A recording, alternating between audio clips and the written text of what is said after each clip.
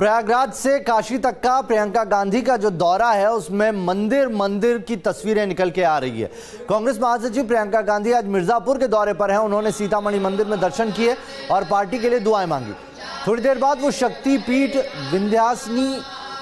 विंध्यवासिनी माता के दर्शन करने के भी पहुंचेंगी, विंध्याचल पहुंचेगी। ये दो तस्वीरें हम आपको दिखा रहे हैं।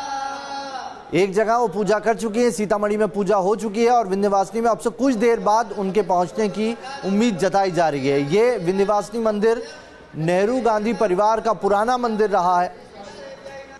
यहाँ पर प्रियंका के अलावा सोनिया, इंदिरा गांधी, पंडित जवाहरलाल नेहरू सभी वक्त पर आते रहे।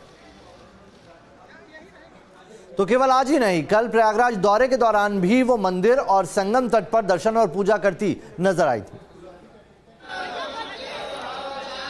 तो ये तीन तस्वीरें हम आपको दिखा रहे हैं किस तरीके से कल का जो दौरा शुरू हुआ है वो मंदिर में पूजा करके ही शुरू हुआ। कल उन्होंने संगम तट पर पूजा की, उसके बाद हनुमान जी के दर्शन किए और आज सीतामढ़ी मंदिर में जाकर पूजा करने के बाद उन्होंने अपने दिन की शुरुआत की है। उसके बाद वो मीडिया से भी मुखातिब हुई और अब वो विंध्याचल पहुंचने वाली हैं, जहां पर मां विंध्यवासिनी के दर्शन करेंगी और उसके बाद एक दरगाह पर भी जाने की उनकी प्लानिंग है। उसके बाद वो यहां से आगे बढ़ेंगी। तो 5 सीटें हैं लोकसभा की जिन पर उनकी नजर है, जिसमें 40 विधानसभाएं आती हैं और ये वो एक गढ़ है जहां पर कभी कांग्रेस का गढ़ हुआ करता था, लेकिन अभी 5 में से 4 सीटों पर पिछले 35 सालों से कांग्रेस कभी नहीं आई। प्रियंका गांधी ने भदोही पहुंचकर योगी आदित्यनाथ सरकार पर भी हमला बोला। प्रियंका ने कहा कि 2 साल का रिपोर्ट कार्ड सिर्फ बातें हैं, जमीन पर ऐसी कोई हकीकत नहीं। आइए सुनाते हैं क्या कहा प्रियंका गांधी। रिपोर्ट कार्ड जो है जमीन पे आकर जरा देखें कि क्या स्थिति है। ये रिपोर्ट कार्ड प्रचार ये लगता बहुत अच्छा है, लेकिन जमीन पे कुछ नहीं है। मैं रोज लोगों से मिल रही हूँ, रोज मुझे यही पता चल रहा है कि चाहे किसान हो, नौजवान हो, स्टूडेंट हो, शिक्षा मित्र हो, आंगनवाड़ी, आशा बहू, सब प्रताड़ित हैं। उनको कुछ नहीं मिला। कहीं कहीं ऐलान हुआ है कि 17,000 की आपको वेतन मिलेगा और आज तक नहीं मिला है। 2 सालों से 8,000 पे चल रहे हैं। तो किसानों को 60,000 तो जो प्रचार करते हैं और जो होता है उसमें बहुत फर्क है। और जहाँ तक इनकी ये 70 साल वाली रट है, इस रट की भी एक्सपायरी डेट है। 5 साल से आप सरकार में रहे हैं, 5 सालों में आपने क्या किया? तो केंद्र सरकार के बाद योगी सरकार पर जो हमला है वो ये दर्शाता है कि प्रियंका गांधी उत्तर प्रदेश में सिर्फ लोकसभा चुनाव के लिए नहीं आए हैं। जैसा राहुल गांधी ने कहा था, आगे की भी तैयारी है प्रियंका गांधी की। प्रियंका गांधी थोड़ी ही देर में विंध्यवासिनी शक्तिपीठ में दर्शन करने वाली हैं। नेहरू परिवार के उप कुलगुरु सुमित पांडे से बात की हमारे संवाददाता मोहित राज दुबे ने। कांग्रेस महासचिव प्रियंका गांधी वाड्रा मां विंध्यवासिनी की दरबार में और हमारे साथ उनके मुख्य पुजारी, खासतौर पे कुल पुरोहित खुद मौजूद हैं, सुमित पांडे जी। इनसे समझेंगे और बात करेंगे कि परंपरा क्या है। हम ये समझना चाहते हैं कि क्या परंपरा है। मोतीलाल नेहरू से लेकर प्रियंका गांधी तक सबके सब इस बही में उनका नाम अंकित है। वो आते हैं, आप उनको पूजा करवाने जा रहे हैं, क्या विधि विधान? पहले तो वो आएंगी दरबार में, षोडशोपचार उनका मां विंध्यवासिनी का पूजन उनके द्वारा कराया जाएगा। उसके बाद यहाँ आएंगी वो अपने जो उनके खानदानी वही है उनकी, जिस पे पूरे पूर्वजों ने उनका सिग्नेचर उनका किया है, वो आएंगे, इस पे सिग्नेचर करें। अक्षर है इसमें? इस पे मोतीलाल नेहरू से लेके और ये इंदिरा गांधी 3 बार आई थी, 4/4/80 में, 17/5/81 में और 10/6/81 में। हाँ, कोई मनोकामना उन्होंने मांगी होगी, पूरी हुई होगी, तभी दोबारा। इसी के बाद वो तुरंत आई थी, जब प्रधानमंत्री बन गई तुरंत आई थी दर्शन करने के लिए। और इन्होंने त्रिकोण यात्रा यहाँ आगे किया था। यहाँ इंदिरा गांधी ने किया। हाँ, पैदल उन्होंने त्रिकोण यात्रा किया था। अभी तक के इतिहास में उनके परिवार का कोई ऐसा नहीं किया है त्रिकोण यात्रा, पैदल चलना।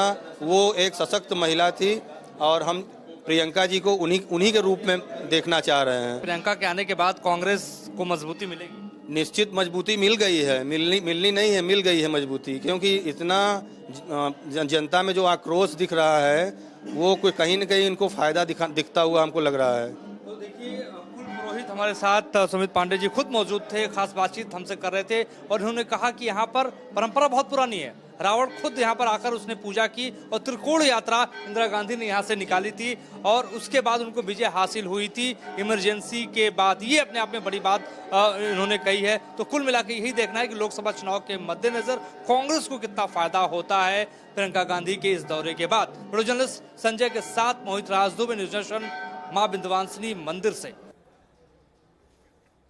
तो प्रियंका गांधी बस थोड़ी ही देर में मां विंध्यवासिनी के दर्शन करने के लिए पहुंच रही है। हमारे संवाददाता मोहित राज दुबे वहां पर लगातार बने हुए। मोहित, अभी प्रियंका गांधी को थोड़ी देर बाद वहां पर पहुंचना है, लेकिन ये एक चीज दिखाई पड़ रही है उनके इस दौरे से कि कांग्रेस के जो कार्यकर्ता एकदम से शिथिल पड़े हुए थे, उनमें जान आती दिखाई दे रही है।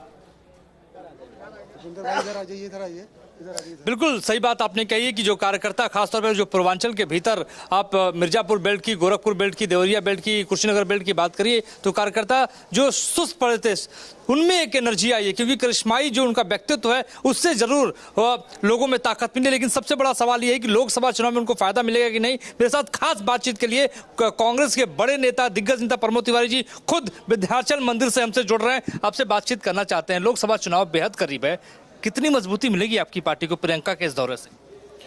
देखिए, लोग प्रियंका गांधी में इंदिरा जी की छवि देख रहे हैं, इंदिरा जी की तस्वीर देख रहे हैं। अब कल एक जगह तमाम पुराने लोग खड़े थे, देखते बोले लगता है जैसे दूसरी इंदिरा गांधी आ गई।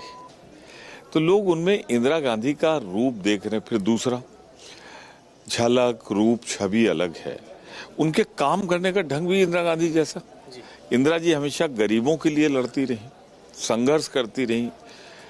इन्होंने भी क्या रास्ता चुना, चाहती तो हवाई जहाज से आती, हेलीकॉप्टर से आती। इन्होंने जल मार्ग चुना, माँ गंगा का आशीर्वाद लेते हुए, माँ गंगा की लहरों से निकलकर।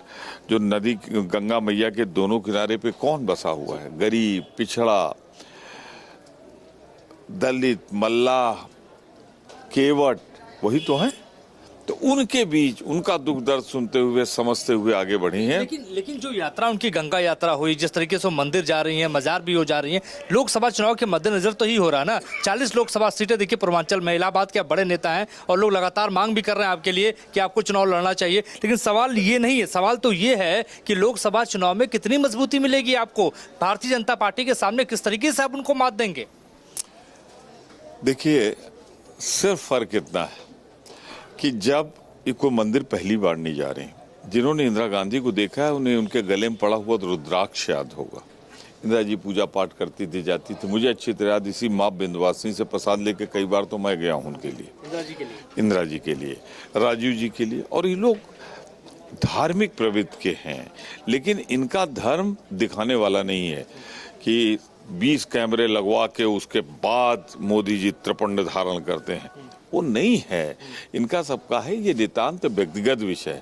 अब यहाँ किसी से कहा तो नहीं गया, आप लोग कृपा पूर्वक आ गए, तो लग रहा है कि वो विंध्यवासिनी देवी के दर्शन करने आए। लेकिन एक और सवाल है, सवाल ये है कि जो 6 सीटें 5 सीटें हैं जिनको टच कर रही हैं, चाहे मिर्जापुर की बात करिए, इलाहाबाद की बात करिए, भदोही की बात कर लीजिए, तो यहाँ पर आपका परफॉर्मेंस कई लोकसभा से नहीं बेहतर रहा है। बनारस में आप हारते रहे, इस बार आपको लगता है कि आप कमबैक कर पाएंगे प्रियंका की वजह से?